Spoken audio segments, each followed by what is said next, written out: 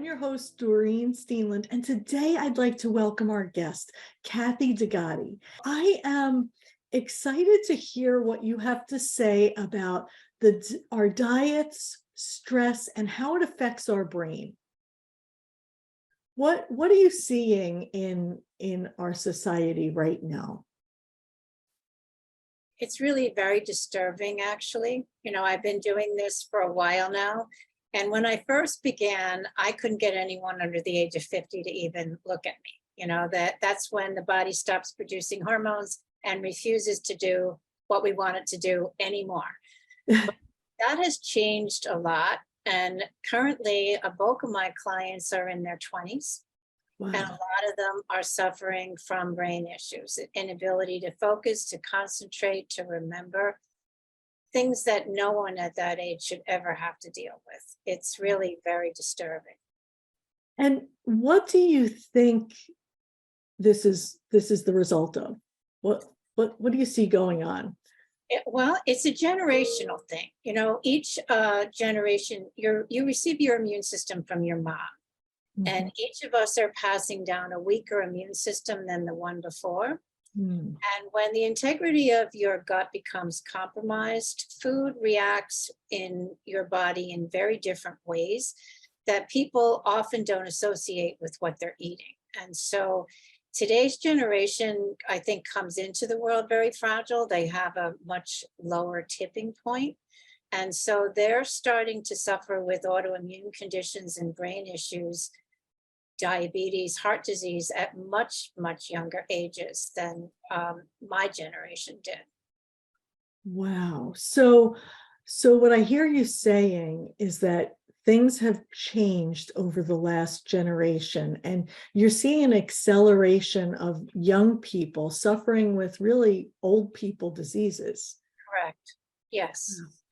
Yeah, Blue Cross Blue Shield put out a study not long ago that showed over a 3-year span, there was over a 400% increase in the diagnoses of Alzheimer's in people 30 to 45 years old. Wow. Wow. Yeah. That's outrageous. Okay, so what are some of these symptoms? I mean, we all know that the vagus nerve connects to our whole body, right? And so maybe for those who are not up to speed on all of the functions of it, where's the breakdown happening? A lot of it has to do with the integrity of the mucosal lining of the gut. And that is where we see the major issues coming in. People stress, antibiotics, chemicals, over-the-counter medications, steroids, all create tears in the mucosal lining, which allows foods to get into the bloodstream while they're still partially digested. Mhm. And that's causing all kinds of issues within the body. And so often we just associate digestive problems with what we're eating. If you eat something and you get a stomach ache, it's easy to think, well, I have a problem with this food. But for every one person that has digestive issues, there's 8 others that will have no digestive problems at all. Some will only have brain issues. And so they're simply not connecting the dots between their symptoms and what they're eating and how major a role that plays in the symptoms that they have. Wow. Okay. So we're not connecting the dots. So let's spell this out. What are some of the signs and symptoms that we could be alerted to that this might be going on for us? Well, food sensitivities are challenging for most people to understand because they can look very different from one person to the next. Mhm. There's nothing uniform about them, and different foods can manifest differently in the body as well. But very often, the typical things that I see are skin conditions, eczema, psoriasis, rosacea, alopecia.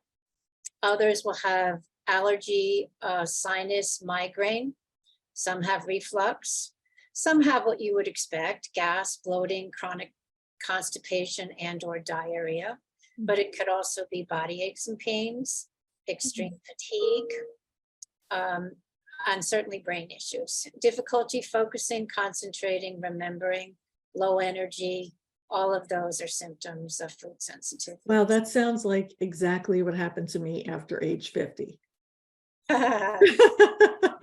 And I don't think I'm alone here. I think that a lot of people have many of those signs and symptoms.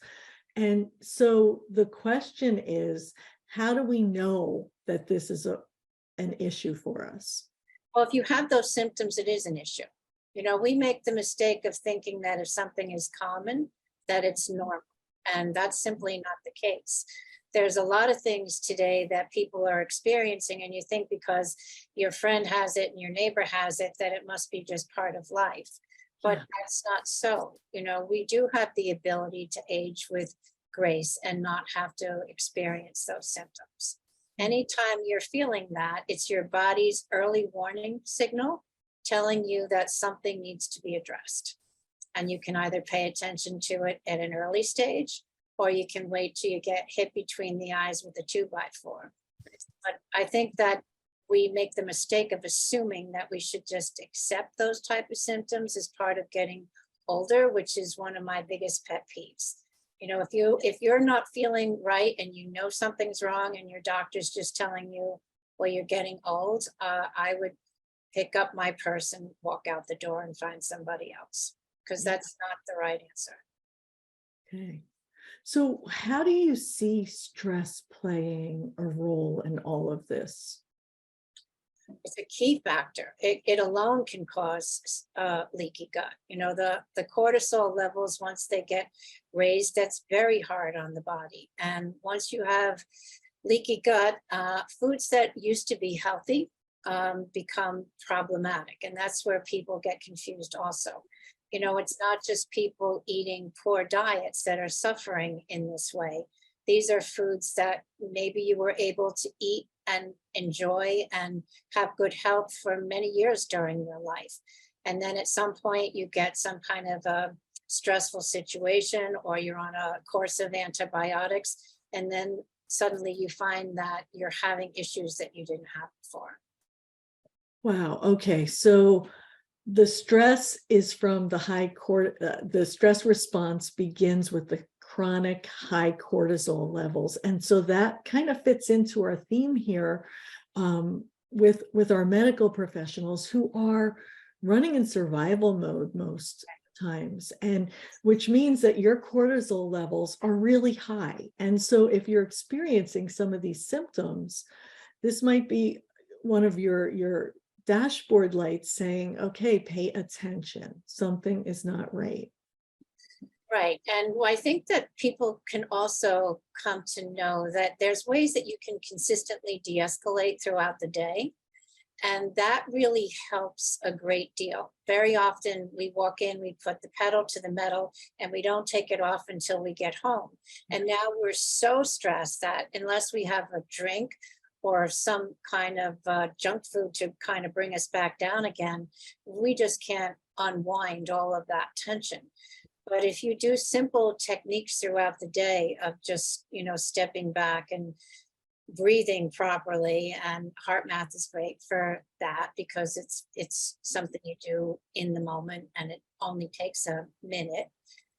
If you're continually de-escalating, you can go a long way in helping yourself with that. Okay, so you said a couple of great things here that I want to point out to our listeners. You said that it takes a few actions during the day that you can manage this stress and these high cortisol levels. And you mentioned HeartMath. So can you tell us a little bit about what HeartMath is for those who are not familiar with it? It's a very interesting breath technique, and you know, would take a little bit to get into that, but it has to do with kind of getting your brain out of the way and working with your emotions. And when you can take even a little mini vacation where you just take a moment to experience a joyful moment in your life, it can automatically bring you back down again. You know, I say it's a lot like if you're having a really bad day and you're cranky and you're anxious and and you run into an old friend that you haven't seen in a long time, and they say, "Oh, it's so great to see you," get a big hug. Suddenly, all of that just goes back down again into you feel so much better, even though the only thing that changed was you had a moment of joy. So when you allow yourself techniques that can have you experience healthy emotions during the day, it really helps to reset the brain. We pay too much attention to the gibberish that comes out of our brains. They're really not the smartest organs in our body. And I think we pay way too much attention to a lot of the chatter that goes on between our ears. Yes. Oh, you're speaking my language. This is exactly the truth, right? So when we're in survival mode, all of that gibberish, all of those voices, all of those sentences, I call them, just start to fire up and they become dominant, right?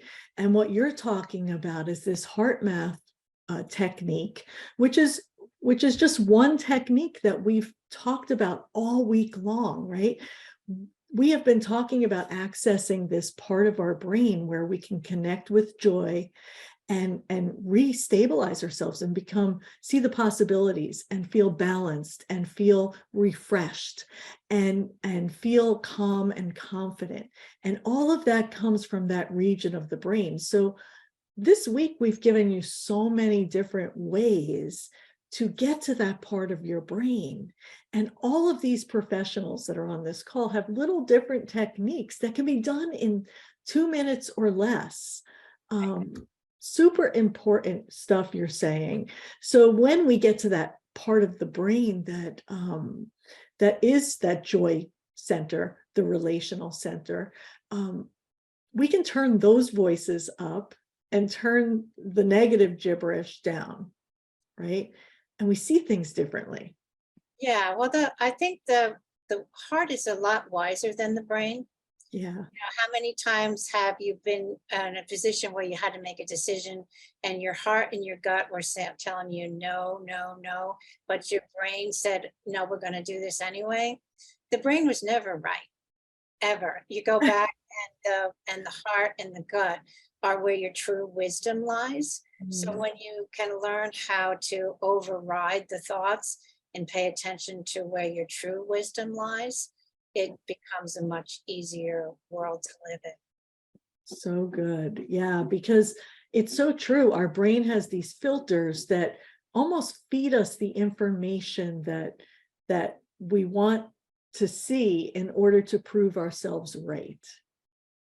Right? So your brain is just feeding you information, and not all the information that it's feeding you is accurate. Most of it isn't. Yeah. So and so much of it is clouded with biases and things that have been affected from your childhood and your past, and it clouds our judgment. And this is what we're seeing in our society today also, but that's another story for another day. So Kathy, as we are getting ready to wrap up this conversation, what are some powerful maybe tips or tricks that you have for these professionals?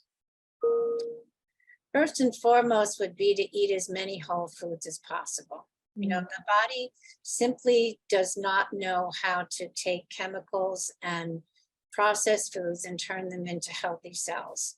And just that simple change alone can create a radical difference. I take people through an elimination diet so that they can see whether foods are playing a role in their symptoms. And I would say the number one experience that people have is a lessening in their anxiety levels. We don't realize how anxious our food makes us. And so when you're already in a stressful situation and then all you're giving your body to work with are chemicals, you're not going to be able to feel good no matter how many different techniques you learn. You know, you have to give your body the foods that it recognizes, that it knows how to turn into healthy cells. And that gives you the energy and the strength to be able to do all the other things that we talked about. but you have to nourish your body first and foremost. Wow. And this is another chronic theme that we're dealing with here, because medical professionals often put themselves on the back burner, and we just pick up some food on the go, and we don't do a lot of preparation to make sure that we have healthy food during our workday. Right. And Yeah. it's causing tremendous issues. Half of my patients are nurses. They unfortunately suffer the most with their irregular hours, and they also have people wanting to thank them forever with candies and cookies and cakes, and instead of giving them the things that would be most life-giving. But Yeah. we evolve like every other animal in the kingdom, and our gut has a brain. It's the enteric system, and it can create powerful healing if you give it the tools that it needs. And that's something that your great grandmother would have eaten, that it knows what to do with. You give it a low calorie snack, and it's like, what is that? I don't even know. What am I supposed to do with this? And also, you can't just think about it in terms of calories. You have to give yourself real food. Okay. Well, Kathy, thank you so much for this day.